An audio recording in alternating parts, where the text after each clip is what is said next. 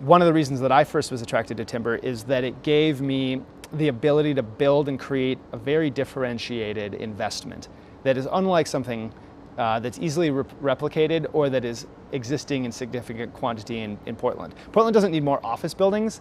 Portland needs more cool office spaces to work. Companies that are coming into Portland or that are growing rapidly in Portland and able to attract and retain the top talent, because Portland's got a wonderful lifestyle, are the companies that are facing huge competition for their talent. What you can do is give them an incredible space to work in. When you walk into that office, you pretty quickly know what the culture of that firm is, what that firm's about, how they treat their employees, simply by the space that they're in. Or it's not that it's a timber frame building, but it is an ethos that all of that is kind of communicating that says, this is a place I want to work.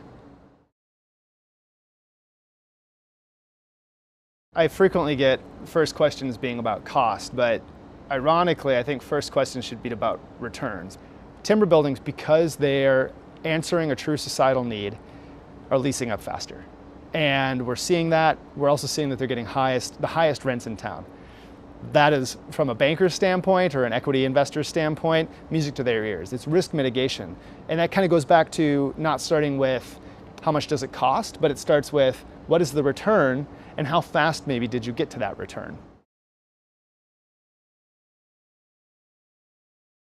Yeah, the sustainability story is huge, but ironically, I rarely ever lead with it. If no one shows up, even though it's the most sustainable building in the world, it doesn't really much matter, does it?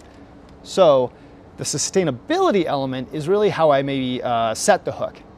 Sustainability with respect to timber is interesting because timber is actually renewable. These timber buildings that we're building actually sequester carbon. Carbon's a big issue. They know carbon sequestration is a big issue. They know the amount of emissions that are being created by the built environment, both by its initial construction as well as its ongoing operation. So when I have solid, authentic, math-based questions asked of me, I have answers that timber uniquely lets me answer. The question about how public can help move us forward is a good one, because in fact, this is a wonderful example where we probably don't need a huge amount of government intervention or assistance, but it's more around the edges. So for example, I am hugely impressed by the Oregon State building officials and their eagerness, their willingness, their inventiveness, their can-do attitude.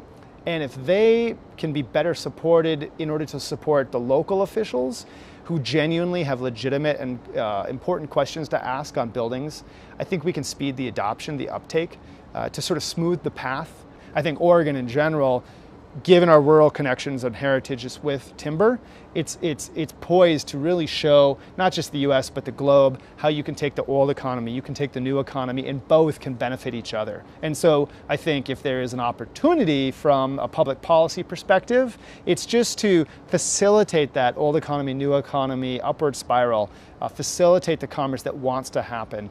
We don't need huge interventions, but what we do need is just encouragement in ways to get these buildings, get these firms what they want so they can continue to do what we've seen in terms of great job growth, great support of our rural economies. I think we'll continue to see that going forward.